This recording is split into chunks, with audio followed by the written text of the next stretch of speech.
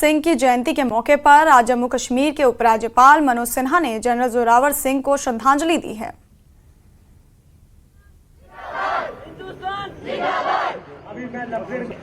Thank you sir.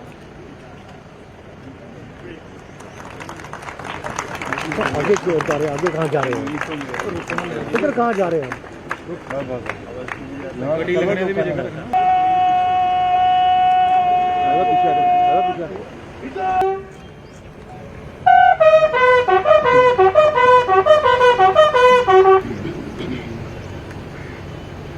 Jammu Kashmir में सेना, police और नागरिक प्रशासन राजौरी ने आज गुज्जर मंडी चौक पर राजौरी दिवस पर शहीदों को श्रद्धांजलि दी। इस मौके पर सन 1948 में पाकिस्तान से सीमावर्ती शहर राजौरी को आज़ाद कराने के लिए सैनिकों द्वारा दी गई कुर्बानियों को याद किया गया।